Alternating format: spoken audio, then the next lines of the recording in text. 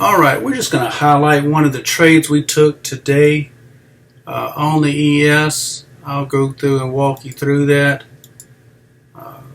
Just looking at our candle color strategy, our candles are printing green. We took a trade prior to this up in here and got out somewhere in there. I forget exactly where, but I had this one left on my board and I figured I'll go ahead and show it to you, walk you through what we did.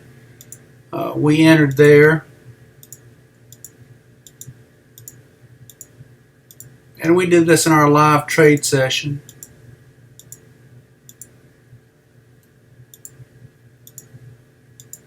And I pulled a stop loss to right here. And that's where we exited. And if you look at that,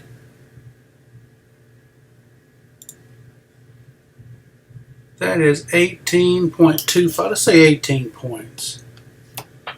So 18 times 50. Let's make sure we do that. 18 times 50. Yep, that's $900. Nice little trade there.